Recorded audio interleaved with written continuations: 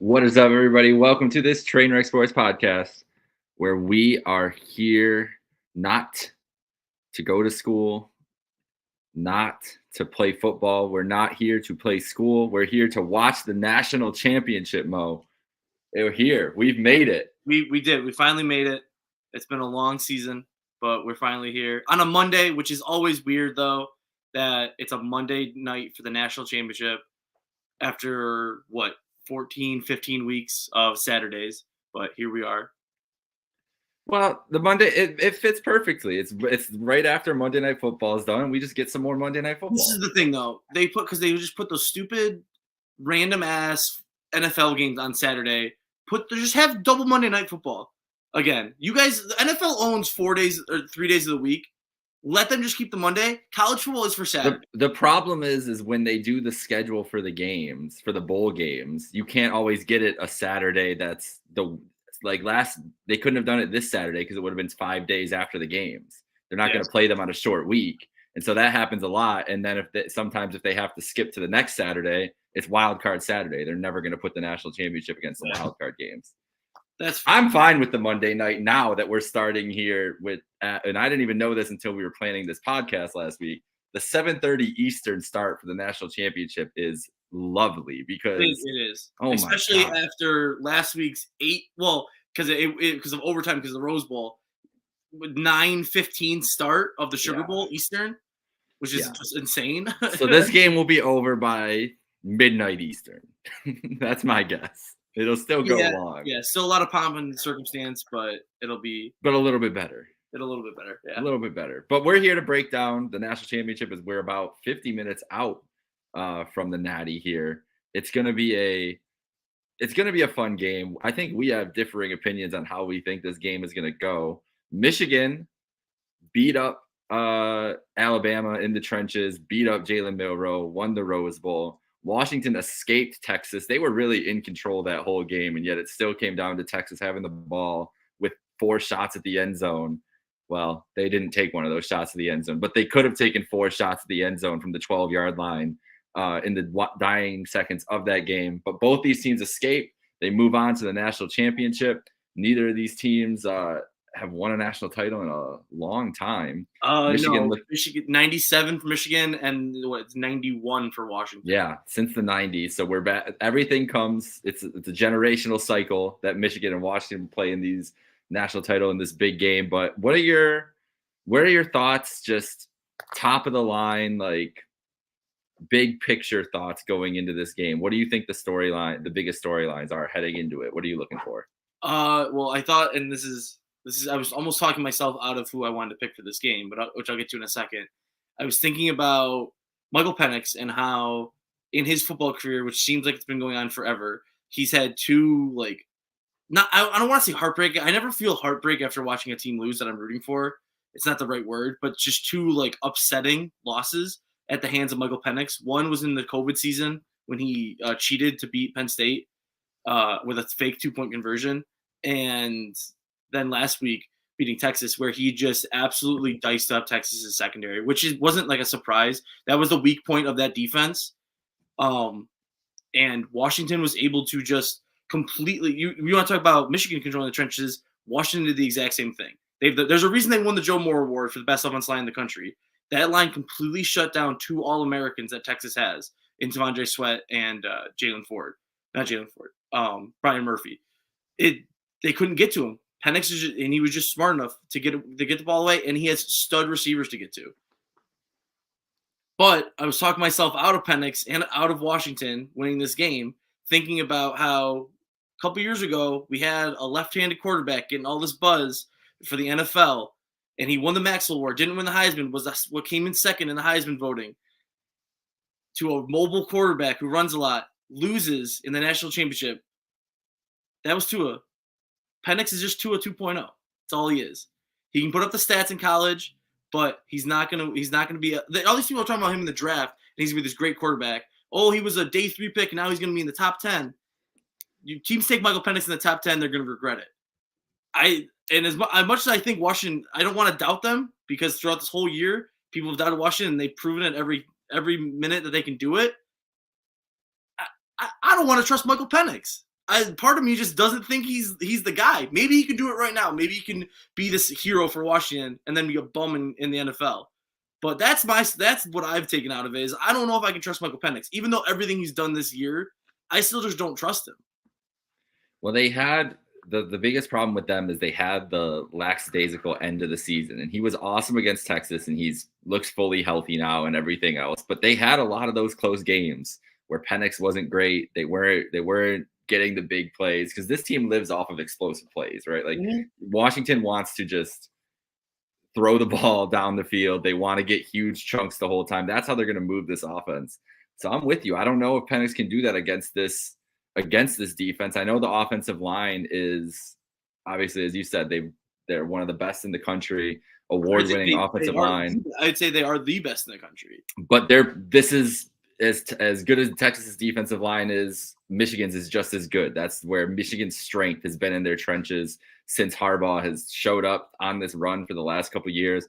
That's where they are. And it's going to be a big test for Washington, even though they've passed those tests against Oregon and against Texas. I think Michigan's the best team out of all those in the trenches. And it's going to be hard for that. I'm looking at it from the other side of the ball.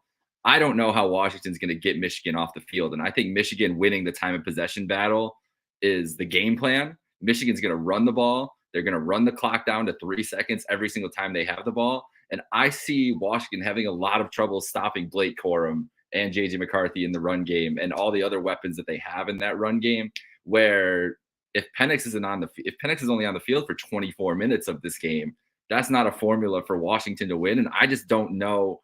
Michigan's been able to do that against everybody. They've controlled the play, controlled the pace pretty much against every single team they've played this year. That's what worries me the most if you were a Washington fan is how are we going to make sure that Michael Penix and our high-flying offense has enough chances to keep up with Michigan. And Michigan, for them, if they get out to an early lead, it's terrifying. It's like this game really depends on who. It's the first quarter is going to decide a lot because if one of these teams jumps out to a 10-point lead at all, it's going to be really hard for the other, I think, to make a comeback with the style of plays that both make. Because Michigan's offense is not built to score points in bunches. They're not built to come back from large deficits, especially against a team who can score in bunches. And Washington, if they can't stop the run and they're down the whole time, Michigan's just gonna kill the game. Michigan will be happy to win this game 24-17 or 20-13 like they did against Alabama. Like that's this game that Michigan wants to play in. So these are two really philosophically different teams. Yeah. And that's what we're going to see clash out. And you see it's a 6-point favorite for Michigan. It's that line has climbed since early. It was -5.5. So money is on Michigan going into this game. And I think that's what the biggest reason is because the physicality, which I think you are right. People are doubting Washington too much on how physical they can be in the trenches, but Michigan can take over this game in the trenches. And it could get ugly, honestly. But ESPN they did a poll of 48 of their writers. They had 32 people picking Washington and only 16 picking Michigan.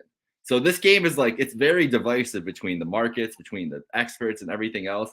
And so that 6-point line is kind of crazy to me that it's that big. That is kind of crazy to think about that it's that much. I think you need to look at too.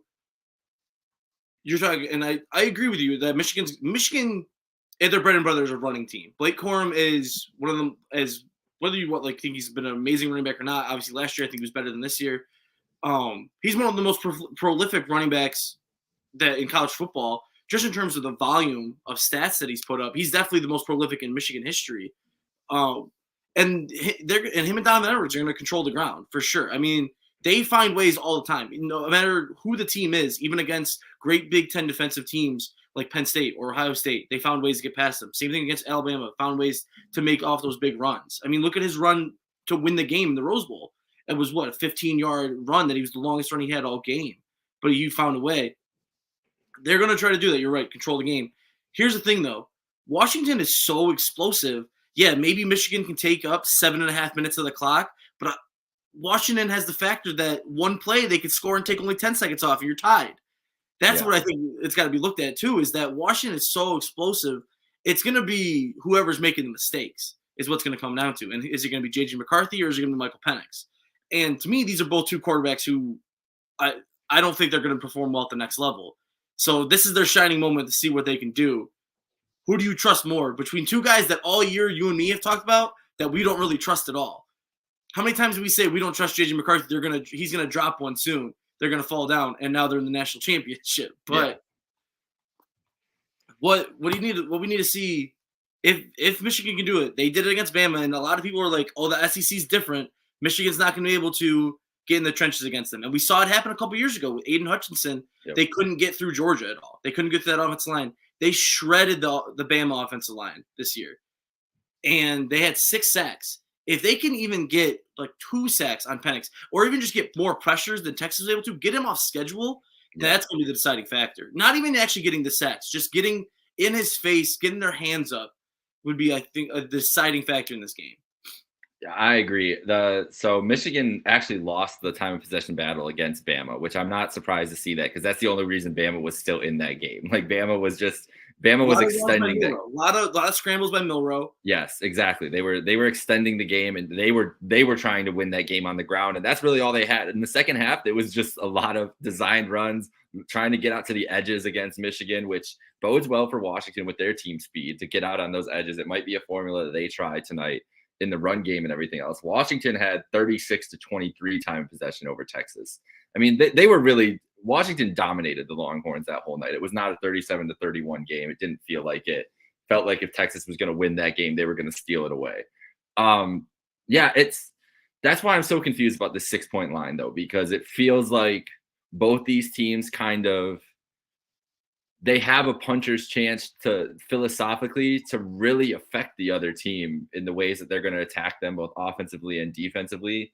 They're different styles offensively, but it's just going to be, it's going to really just going to be decided in the trenches yet again, because like you said, if they can get pressure onto Penix, they can hit him, cause some turnovers, cause some mayhem in the back end.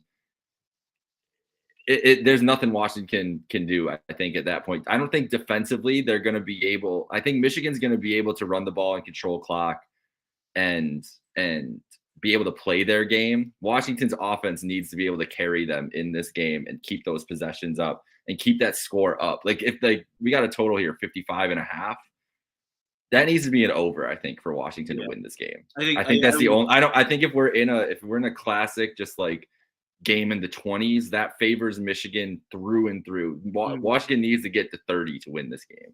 Yeah, and that's, I mean, I would agree with that, because one good thing that the defensive line of Texas did do last week, which is crazy, it feels longer than a week ago, is that they were able to stop the run. The run game was pretty much non-existent for Washington, and honestly, that we've seen different times this year where Washington's like short game is just passes. They use a lot of those plays. That's effective enough for them.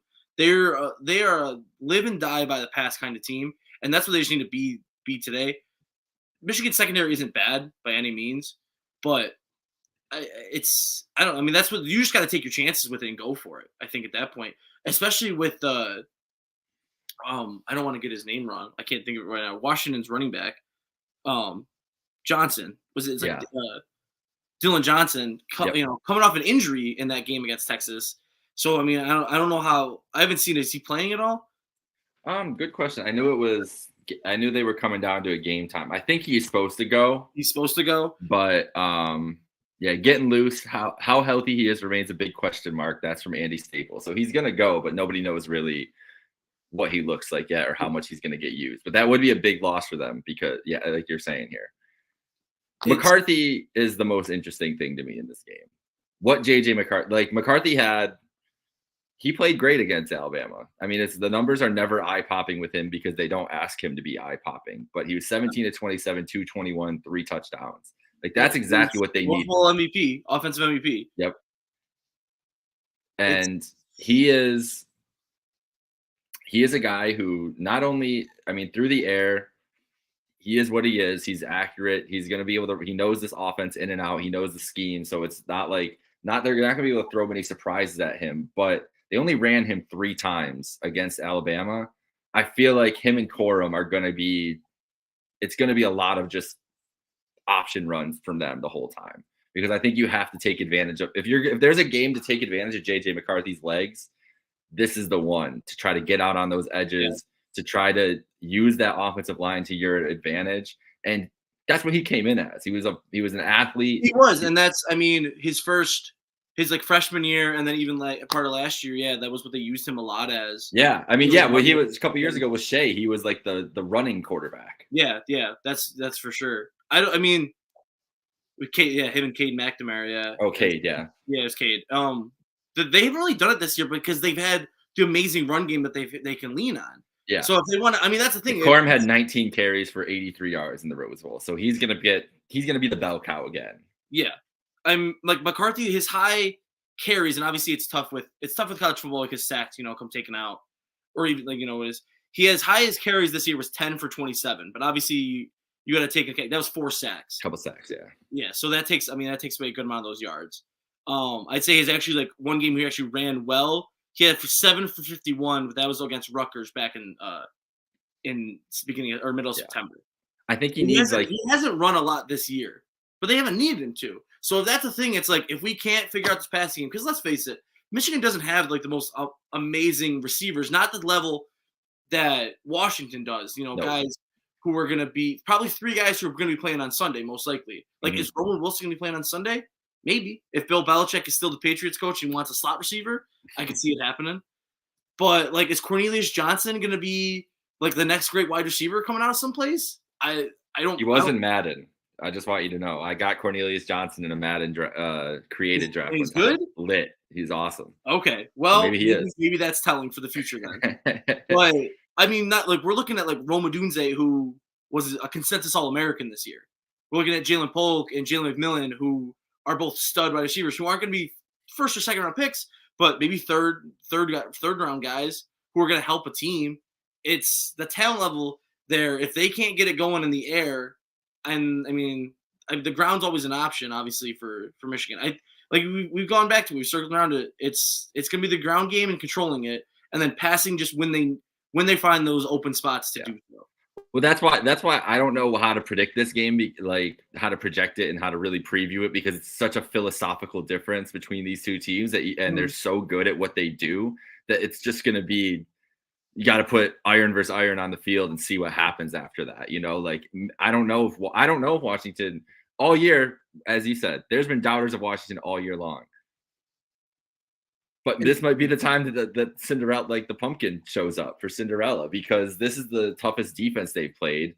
And the thing about Oregon, when they played them, and Texas, the 2 best teams that they played this year, those teams wanted to play up-tempo, high-paced offense. Like Oregon had playmakers on their side of the ball, and they had Bo Nix. Like they were out airing it out. Same thing. Quinn Ewers was airing it out last week. Like that's what Texas wanted to do. So those teams were willing to play with Washington's pace and play into their pace, and that's why you get these high-scoring games. Michigan ain't doing that.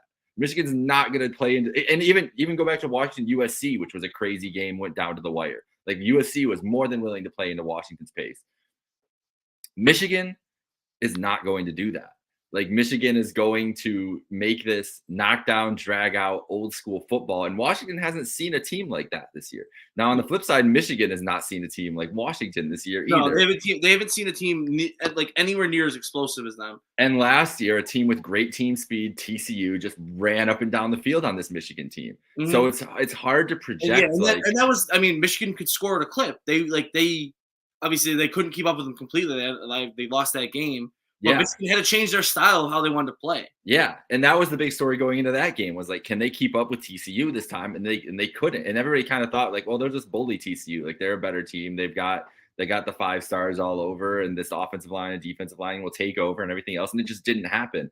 And I'd say Penix is a better quarterback than Max Duggan. I'd say that these receivers are better than TCU's receivers. But the motivation factor for Michigan, whether you agree with it or not, is what goes really far for me in this game. Jim Harbaugh, probably his last game as a Michigan head coach. He's going to the NFL somewhere, most like that were all the reports today from every NFL insider, whether it's the Chargers or Vegas or somewhere else. And this team's been playing hard for him since his suspension and everything else. And it's made them a villain. It's made them look kind of stupid to be like, oh, like we're disrespected, free Harbaugh, like all this other stuff. But it's real. Like those guys are going out and balling out for him. And all Go the ahead. free Harbaugh shirts are just ludicrous. I get supporting your head coach, but like, come on, guys. It is a little You really ridiculous. you got to do this. It is a little ridiculous, but that's a big factor I think going into this game is Michigan knows this is Jim Harbaugh probably told them like this is my last game coaching this team. So I mean that's something that you have to consider in this game of a magnitude with looking for any edge that a team can get. Michigan has that edge. Washington is happy to be here, really. Like that's the biggest, like it's not as much as like they're not going to take this game seriously or anything else, but Michigan has had scars from the last couple of years. Like this feels like the end of a journey for them, whether they win or you're lose looking tonight. at a team that last 3 years was conference champion and made them to the playoff and finally able to get over that semifinal hump to the championship. Washington, is obviously as good as they've been. This is obviously the two best teams in college football. That's like clear as day. You can say that they're the two undefeated teams that are there. Pac-12 championship this year. Last year was the Alamo Bowl. The year before that, they weren't a bowl team. So the paths to get to this point the last 3 years are very different. I mean, Kalen DeBoer hasn't even been with Washington for 3 years. I know. And meanwhile, this could be the end of a 10-year odyssey with Jim Harbaugh, where it's been a lot of times it's like, is this guy even going to be our head coach anymore? He can't beat Ohio State. He can't win the big game. And then all of a sudden, oh wait, he can beat Ohio State. Oh, he won the big game. Here we are in the college football playoff. Oh, can he win the playoff? And then obviously this year's just been an absolute shit show for the coaching staff in a lot of ways and a lot of external factors. But here they are in the national championship still. And there's a lot of seniors on this Michigan team who are going to be playing. Obviously, that's kind of the same way with Aiden Hutchinson before he won the draft. He's like, this is what I've always wanted to do. He's like, I wanted to beat Ohio State. I want to win the Big Ten. National championship doesn't matter to me. Now you've got guys who have been there 3 years. They've beaten Ohio State, and they won the Big Ten. It's like, I want to win the national championship. That's the most important thing to me. Fuck Ohio State. I've beaten them twice. I've won the Big Ten twice or 3 times, whatever. If it's a lot of these seniors, like Blake Corum is obviously like, whatever you want to say, whatever he ends up in the draft, I think he's a pretty solid running back. He's going to be playing his ass off, and where he's going to leave it all on the field. And that's what we're getting in this game, at least it's exciting, is that this is going to be just a lot of these guys are just going to be going balls to the wall. This is going to be a great matchup. It's one of the most exciting national title matchups we've had in the playoff era. We had the best playoff game Monday ever last week with the way those two games came down to the wire. The best semifinals for sure. Yeah. It was the best semifinals because usually, how many years in a row was it blowouts in the semifinals? Exactly. And we had 2 great games. I feel like tonight's going to be a great game. Let's get to our picks here and get out of here. I have Washington to cover this 6 or 5.5, wherever you find that. I think that this is going to be a close game. I think it goes under the 55.5. And I think Michigan wins 27-24. I think Washington has some explosive plays, but I also think they pick off Penix. I think they pressure him a little bit and get him off his spot, especially some interior pressure, kind of like we thought Texas was going to be able to do last week. But I think that Michigan will have a better game plan. I've been really impressed with their defensive line and their schemes that they've had this year against teams and the way that defensive line, the stunts that they've done, like against Ohio State, some of the shit that they were pulling off to get to McCord and cause pressure was impressive. It's been stuff that they've been doing all year. I think that they do it just enough to Penix. I think he gets 3 touchdowns. I think he has 300 yards, but it's a bend but don't break kind of game for that Michigan defense. They make enough big plays. JJ McCarthy makes big timely throws, and they control the time of possession, and it comes down to a last-second field goal. And I think Michigan ends up taking it 27-24. Okay. Obviously, I started this conversation out talking about how I thought thinking about it and talking myself out of Washington. But you and me have talked about it. We talked about when they were playing Oregon for the Pac-12 championship. It's like, what are we missing here? Why are they 9-point underdogs? Same thing we said here. Washington. Why are they 6-point underdogs to Michigan? Really, or Washington. Why are they 6-point underdogs to Michigan? There really isn't a reason for it. They're the 2 top teams in the country. You know what? We went out. We won 13 games or 14 games. We won 14 games as well as you did. Maybe, you beat 2 top 10 teams. We beat a couple top 10 teams too. I think it's going to be a little higher scoring. I think it's going to get the over. I think Washington is going to cover because I think they're going to win. I I don't want to be one of those people who doubted Washington all year and then they prove everybody wrong. And as much as I don't like Michael Penix, I do love Washington as a school, always playing as them in Road to Glory. So, and fuck Michigan. The biggest thing of this too is Michigan, if they win this, has an asterisk next to them because all these wins are going to get fucking taken away depending the ongoing investigations with all the Connor Stallion stuff. I don't want a national champion, and I don't want to predict a national champion that has a fucking asterisk next to their name. Well, see, this is where you're letting your personal feelings infiltrate your prediction because I don't want Michigan to win. That's what all this is. No, I'm picking who I think is going to win this game. I honestly believe Washington could win this game. So I'm going to go with I think they can too. 35-31. Okay. 35-31. All right. I don't think Michigan can score. I don't think Michigan gets to 31 points in this game. They got to, I mean, it took overtime, but they got to 27. That's what I mean. I think that they got to 31 against Ohio State. I know. And Washington's defense isn't as good as Ohio State's.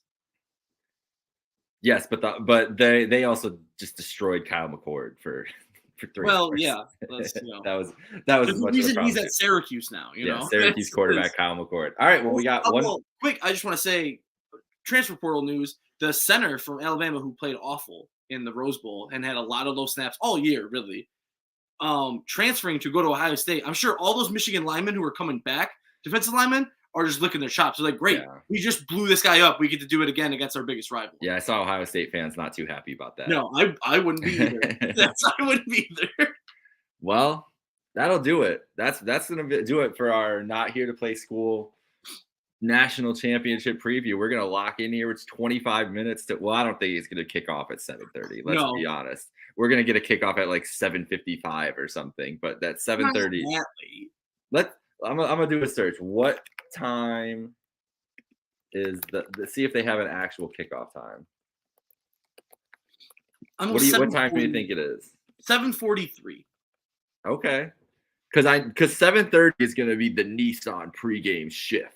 You know what I mean? Probably. Real question related to college football: is Pat McAfee gonna still be on College Game Day next year? I think so. He just had an interview with both head coaches. Oh, did he? He's doing okay. Yeah. After calling out an executive at ESPN last week. He said it's all good today. Apparently, said the relationship's good. He backs his call out, but the relationship's all good. The game is scheduled to kick off at 7:45 Eastern. Okay. So yeah, Nissan pregame shift for 15 minutes.